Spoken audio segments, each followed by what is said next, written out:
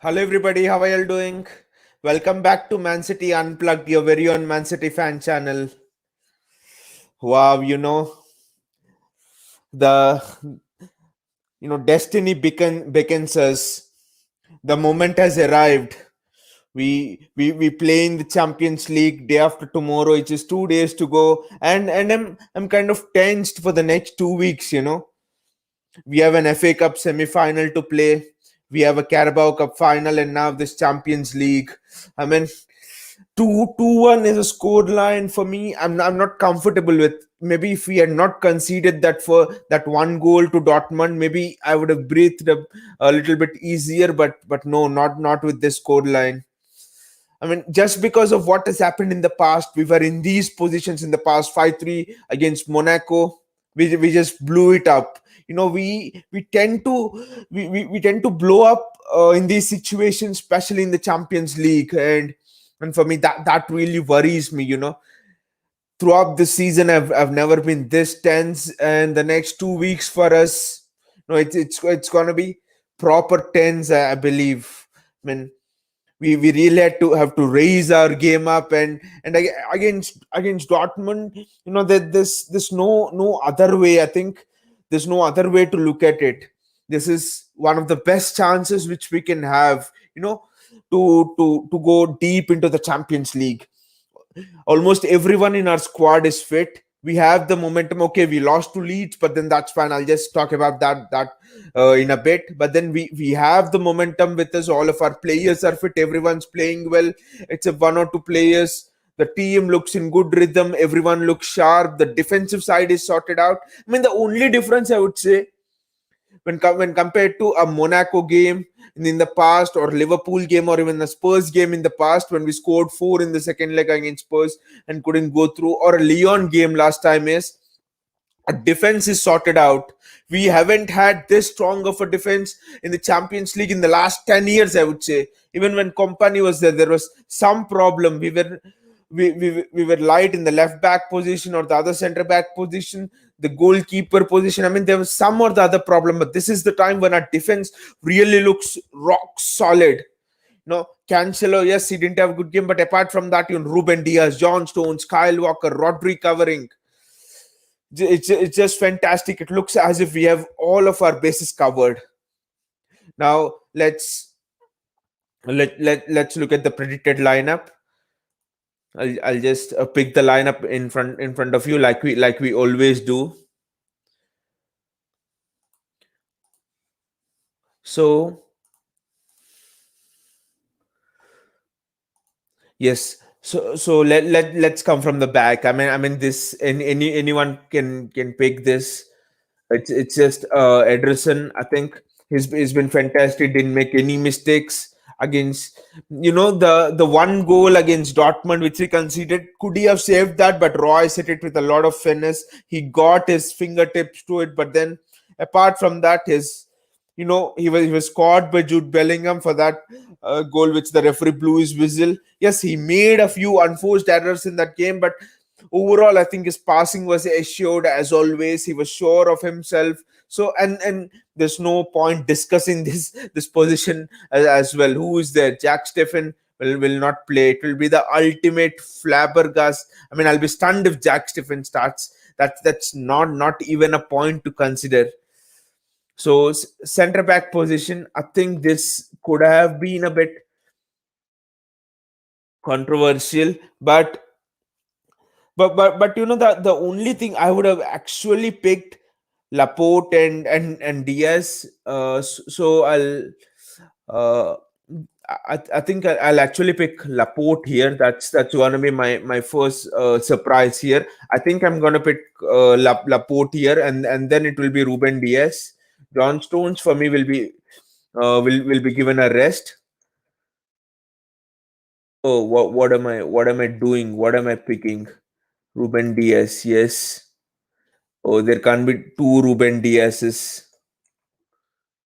Yes, it will be Kyle Walker. That is their right back. So for me, I say Laporte and Diaz. The only thing why I put Diaz first over there was Pep was telling Aguero and Laporte are injured, but then I remember that today I've read the news that Laporte is back in training. So if Laporte is fit, then I think Laporte starts over John Stones. It's got nothing to do with John Stones not being good and all. But the only thing I think is whenever you play against a counter-attacking team, I think Pep likes a left-footed centre back.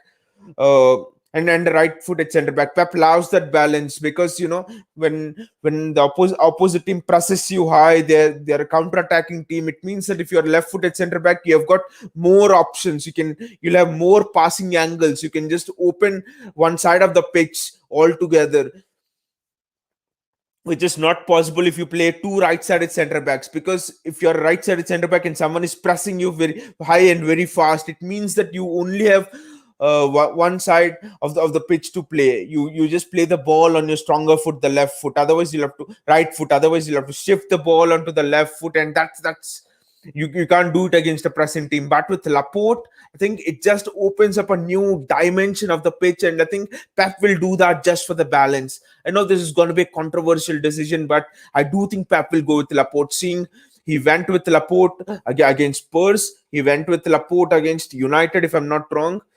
He yes, Laporte was injured. That's why he didn't play against Leeds. So I think whenever Pep has played against counter-attacking teams, he has gone with Laporte more often than not. Yes, against United in the Carabao Cup semi-final, he went with Diaz and John Stones. But generally, I think Pep loves to have that loves to have that balance at the back. The left back position is for me another thing which Pep really needs to think about, because who will be at the left back? Cancelo? No, not Mendy. Never in a million years Mendy. No, Pep should not pick Mendy whatever happens, because we need a left back who's defensively solid. No, not Mendy. Mendy is defensively very vulnerable. Sometimes you wonder, should City groom him as a left winger? He would, I think, be much better being groomed as a left winger. So, or playing in left midfield. I think we don't need to buy another left midfielder this season. We can just have Mendy as a backup. That's how good Mendy is on the ball. But defensively, that's not his strongest. So, will it be Zinchenko or will it be Cancelo? Both of them played against Leeds. Okay, Zinchenko played up front in the midfield, but then Cancelo was poor in the Dortmund game. He gave the ball away a lot of times, and I think the Royce goal, Haaland Royce, that combination in the goal they scored was down Cancelo's side. So this is a major problem for City. This is what I didn't want to happen. Cancelo losing his form as we get to the later stage of the tournament. Do I trust Zinchenko to to stop Royce on that side, to stop Erling Haaland on that side? No, I don't. Zinchenko, for me, he can't handle. I mean, Ruben Diaz couldn't handle the physicality of Erling Haaland. How could you expect Zinchenko to handle? So, or would you risk and play Nathan Ake?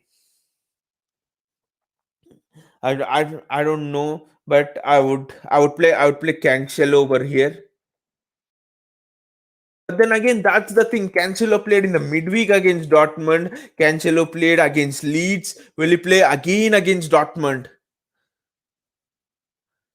But then Pepe said that Cancelo is a player who loves rhythm, and he can, his recovery rate is very fast from matches, between matches, just like Kyle Walker. So I would play Cancelo. That's the best option we have.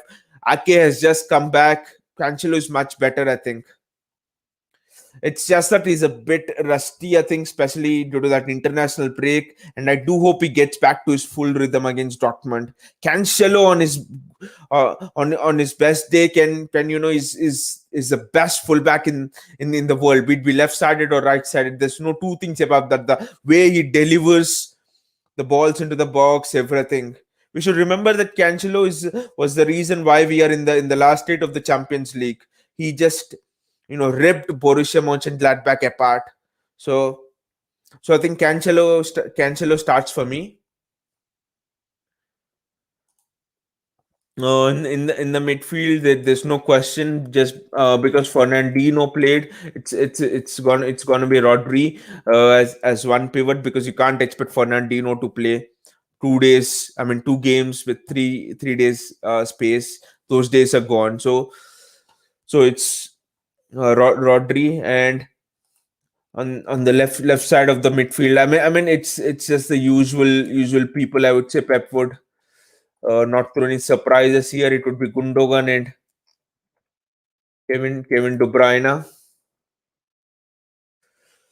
Gundogan also, because I mean the midfield is going to be crowded. See, Pep has two options in the midfield. Either he go, like I mean he can either go like the formation he played against Leicester, have two pivots holding and De Bruyne up front, 4-3-3 with with two pivots, Fernandinho and Rodri. In this case, he could play Gundogan and Rodri and De Bruyne, but I suspect that Dortmund will sit back. Dortmund are not a side who enjoys more possession of the ball. They like to play on the counter. They like, fast pacey wingers and all of those things. They like to put crosses into the box. So I think Pep will settle for Gundogan, because Gundogan has played in that CDM role.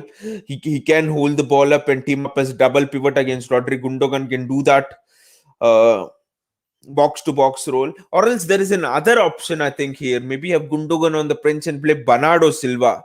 Bernardo Silva, for me, has the potential to become one of the best box to box players in the world. His engine is relentless. The way he goes up and down, up and down, up and down. I mean, sometimes you can see him going between the center backs and getting the ball. He does the job of Rodri or Fernandinho or whoever plays in that role sometimes. So maybe I could play a Bernardo Silva over there, but I will not, because that Leeds match gave an indication of who will start, and Gundogan and De Bruyne and Rodri were rested, which means that, because that rest was a big indication, because Pep knows the midfield battle is going to be humongous. The midfield battle is going to be really huge against Dortmund, and who wins this will have a great chance of winning the match. So Pep rested all of his three midfielders, and also Leeds was a match which I thought Pep could afford to lose. Many people are disappointed that we lost to Leeds. Okay, we even if we had a draw, that would have been good. But then if Pep had to choose a match in the next 2 weeks to lose, what would it be? It would be to Leeds, because we have an FA Cup semi-final coming up. We have a Carabao Cup final. Then we have the Champions League in 2 days. So in the next week and a half, if you are Pep Guardiola and you're given a chance, you would prefer to lose a match in the league, right?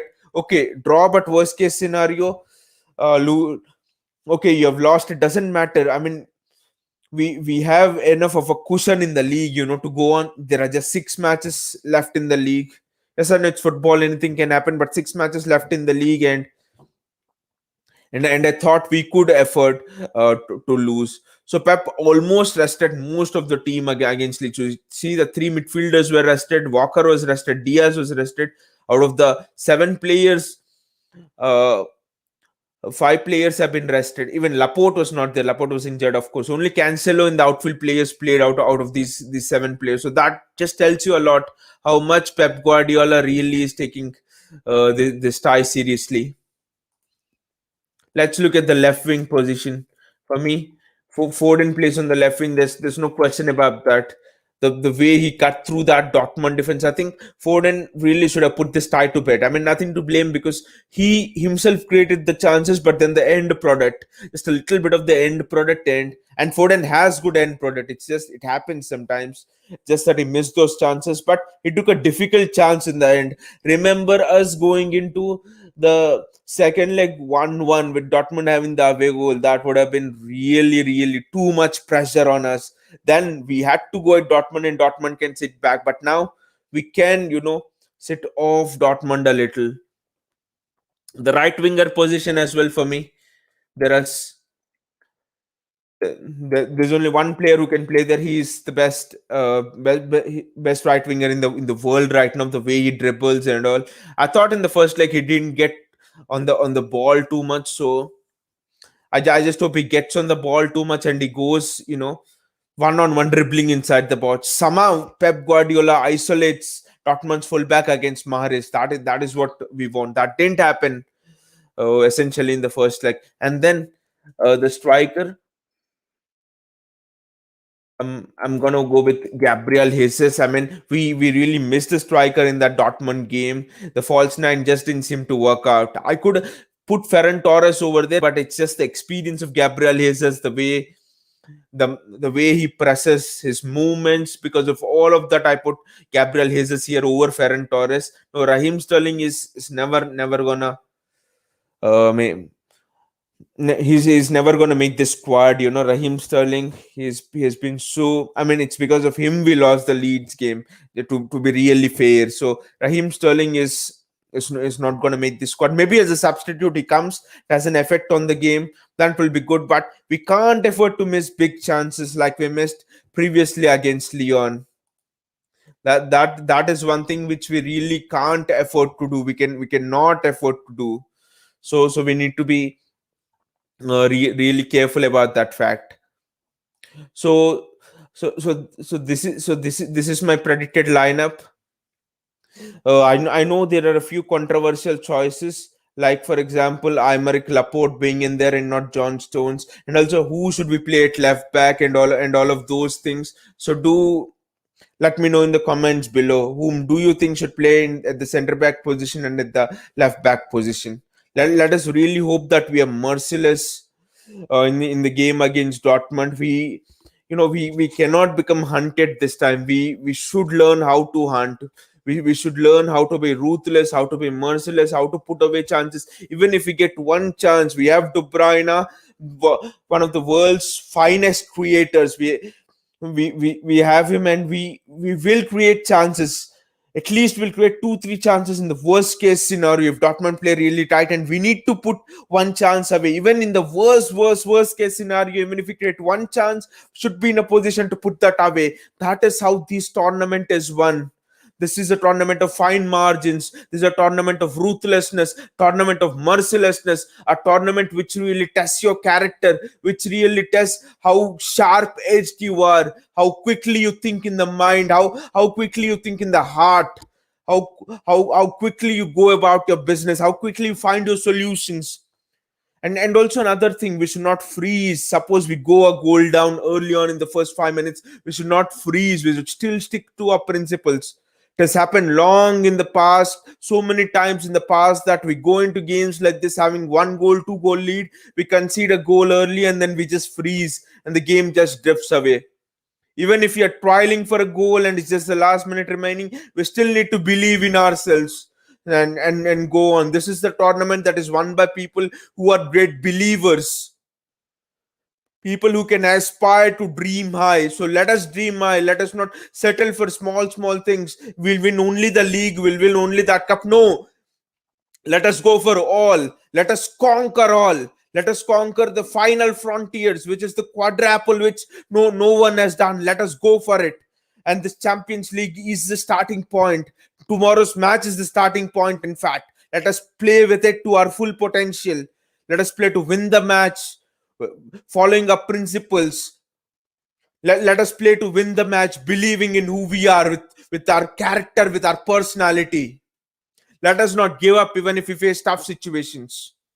I really hope that we just go all out and play from our heart above all.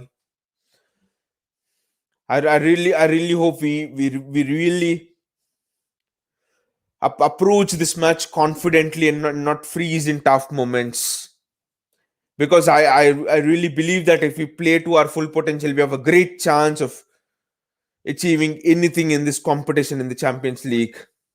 So I really hope you guys have enjoyed the video. If you have enjoyed the video, please click on the like button, and also do click on the bell icon and the subscribe button so that you get notifications whenever I put on new videos.